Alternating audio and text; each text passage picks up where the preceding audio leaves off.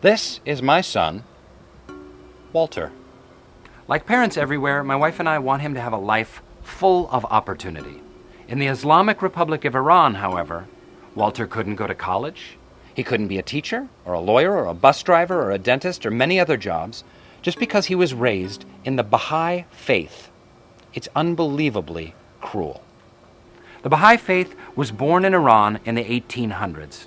It stands for mutual respect, love and unity, equality for men and women, and universal education. But since its inception, Iranian authorities have systematically persecuted the Baha'i community. Tens of thousands of Baha'is have been imprisoned, tortured, and executed. And now, tens of thousands more are being denied the most basic rights, including the right to higher education. So in 1987, volunteer teachers and professors in Iran formed the BIHE, or Baha'i Institute for Higher Education, to give young Baha'is their only chance to study at a university level. This underground college's wide-ranging curriculum has uplifted the lives of thousands of Baha'is of all ages. Young Baha'is were finally able to study sciences and poetry and medicine and math, with classes in kitchens and living rooms and basements all across the country. However, in May, a series of raids and arrests shut down the Baha'i Institute for Higher Education. Textbooks and computers were seized. Over a dozen school officials are now in prison for doing nothing more than trying to teach. We're all part of one human family. An attack on the minds and spirits of Baha'is in Iran is a strike against people everywhere. You can help. Please visit educationunderfire.com. If we've learned anything, it's that we all need to learn.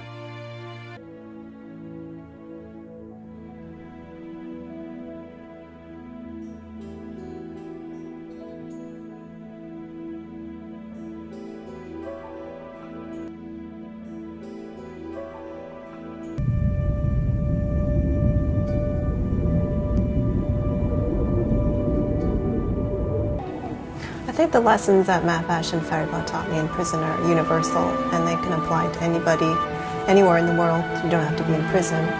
We all face our own prisons anyway. We have our own prisons, our own adversities that we have, and we can try to turn those adversities into opportunities.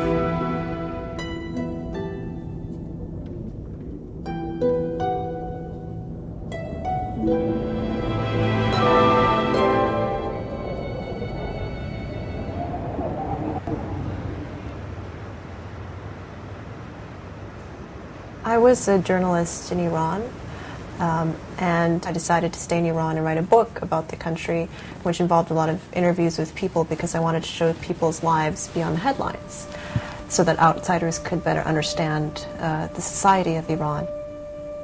And I worked on that for about 2 years, and I was getting ready to leave the country when I was arrested, and my captors claimed that the book was a cover for espionage for the United States.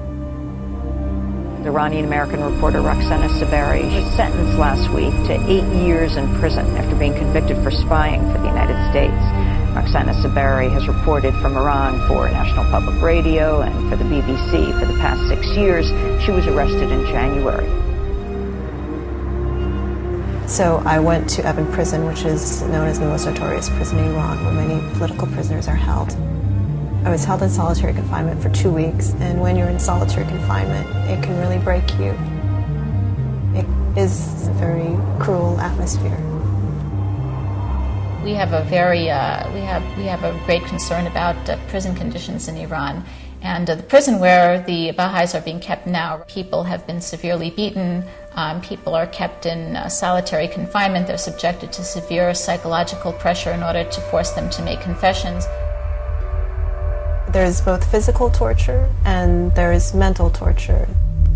The black torture is the physical torture. The white torture, they call it, doesn't leave a mark on your body, but it can devastate your mind and your conscience. I met Mahfash and Fariba, 2 of the 7 imprisoned Baha'i leaders, after I'd been in prison for some weeks.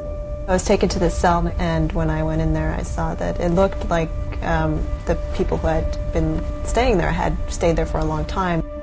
They told me by that time Mahfash had been in prison for about a year, and Fariba for about 10 months. and they hadn't been able to see their attorney even once, even though they were facing very serious charges.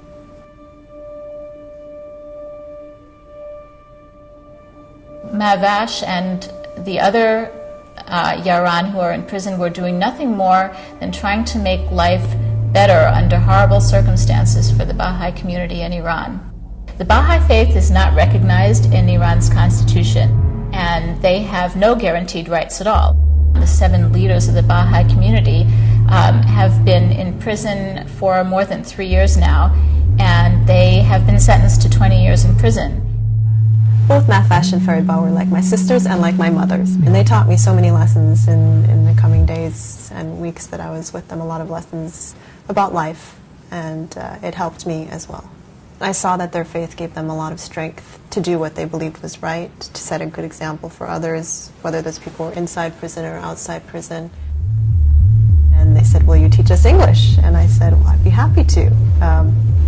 Because they wanted to grow and learn even when they were in prison, and we would practice together, say jokes together, we would talk about different subjects, current affairs and so on, and this helped us grow and kept our minds active and kept our spirits up as well.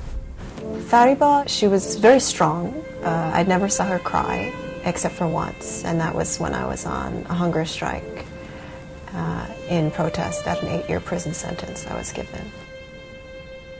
And then I just saw a tear trickle down her cheek. When I was feeling weak, I was on a hunger strike. Mahvash took my head once and put it on her lap, and she was just caressing my hair, playing with my hair, and comforting me. Both Fariba and Mahvash were very supportive during that time. They kept me company, tried to help me keep my mind off my empty stomach. I remember one day I asked Fariba and Mahvash, how can you not feel hatred for these people?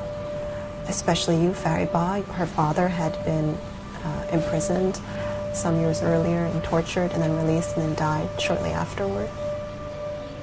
And they said, well, we don't hate them, we don't want to become like them, we forgive them, and we hope that God will help us show them a better way. So I saw that if they had any anger, they had transmuted the anger into this positive force. And that was also a very good lesson for me. The Iranian government denies that it commits human rights violations, and it wants to advance a positive image of itself to the world. That's why it's really important for Amnesty International and other human rights organizations to constantly pressure the Iranian government and point out their failure to adhere to internationally accepted human rights norms.